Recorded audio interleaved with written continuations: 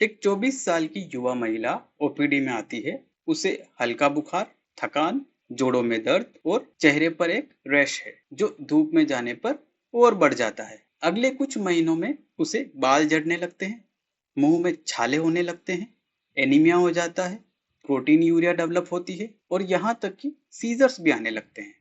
पहली नजर में ये सभी सिम्टम्स एक दूसरे से बिल्कुल अलग दिखाई देते हैं। वह रैश के लिए डर्मेटोलॉजिस्ट के पास जाती है, जॉइंट पेन के लिए ऑर्थोपेडिक सर्जन से मिलती है, किडनी डिजीज के लिए नेफ्रोलॉजिस्ट से कंसल्ट करती है, सीजर्स के लिए न्यूरोलॉजिस्ट के पास जाती है और अंत में डिप्रेशन के लिए साइकाट्रिस्ट से भी ट्रीटमेंट लेती है। हर स्पेशलिस्ट शरीर के एक ऑर्गन की समस्या को ट्रीट करता है, लेकिन कोई भी इन सभी सिम्टम्स को एक साथ जोड़कर नहीं देख पाता।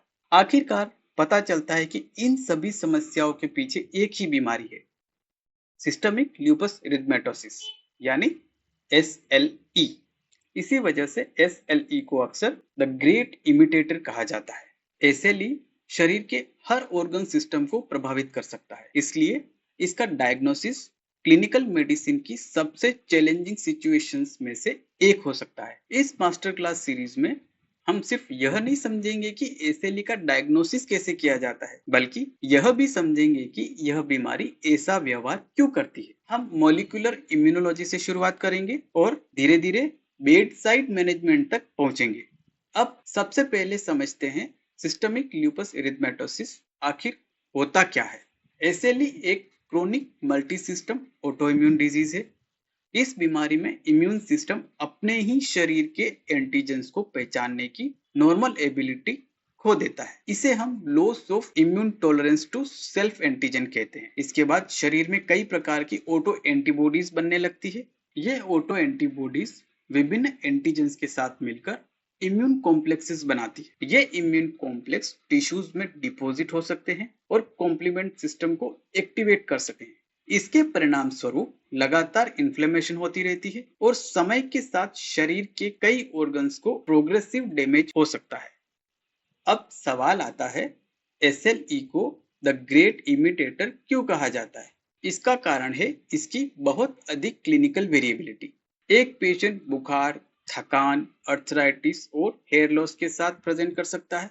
दूसरा patient stroke, deep vein thrombosis यानी डीवीटी या रिकरेंट मिसकैरेज के साथ आ सकता है। किसी दूसरे पेशेंट में शुरुआत से ही प्रोटीन यूरिया, हाइपरटेंशन या रीनल फेलियर दिखाई दे सकता है और किसी पेशेंट में साइकोसिस, सीजर या कोग्निटिव डिसफंक्शन जैसे न्यूरोलॉजिकल और साइकियाट्रिक सिम्टम्स हो सकते हैं। अगर आप इन पेशेंट्स को अलग अलग देखें तो ऐसा लग सकता है कि इन सभी को बिल्कुल अलग अलग डिजीज है, लेकिन वास्तव में इन सभी पेशेंट्स का अंडरलाइंग डायग्नोसिस एक ही हो सकता है, जो है एसएलई। यही एक्स्ट्रा ऑर्डिनरी वेरिएबिलिटी एसएलई को द ग्रेट इमिटेटर बनाती है। अब एक बहुत इंपॉर्टेंट क्लिनिकल पॉइंट याद रखिए, जब भी किसी यंग महिला में बिना किसी स्पष्ट कारण के दो या दो से अधिक ऑर्गन सिस्टम से जुड़े सिम्टम्स दिखाई दे तो एसएलई को डिफरेंशियल डायग्नोसिस में जरूर रखें। उदाहरण के लिए अर्थराइटिस के साथ रैश, रैश के साथ किडनी डिजीज, हेयर लॉस के साथ एनीमिया, माउथ अल्सर्स के साथ थ्रोम्बोसाइटोपिनिया या फोटोसेंसिटिविटी के साथ प्रोटीन यूरिया। यही पैटर्न रिकॉग्निशन कई बार एसएलई के डायग्नोसिस की दिशा में पहला महत्वपूर्ण कदम होता है। अब बात करते हैं एसएलई के डिजीज बर्डन और एपिडेमियोलॉजी की। एसएलई मुख्य रूप से रिप्रोडक्टिव एज की महिलाओं को प्रभावित करता है। अक्सर इसका ऑनसेट लगभग 15 से 45 वर्ष की उम्र के बीच देखा जाता है।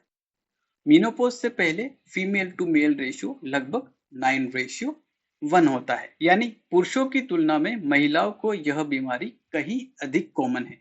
एसएलई की प्रीविलेंस और डिजीज सीवियरिटी कुछ पॉपुलेशन में अधिक देखी गई है, विशेष रूप से अफ्रीकन, हिस्पैनिक, एशियन और इंडिजिनस एंसेस्ट्री वाले इंडिविजुअल्स में। हालांकि महिलाओं में एसएलई बहुत अधिक कॉमन है, लेकिन इसका मतलब यह नहीं कि यह सिर्फ महिलाओं की बीमारी है। एसएलई पुरुषों, बच्चों और ओल्डर एडल्ट्स में भी हो सकता है।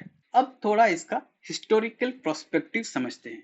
ल्यूपस शब्द लेटिन भाषा से आया है। इसका अर्थ होता है वुल्फ यानी भेड़िया। पुराने फिजिशियंस का मानना था कि ल्यूपस में दिखाई देने वाला फेशियल रेश भेड़िए के काटने से बने निशान जैसा दिखाई देता है।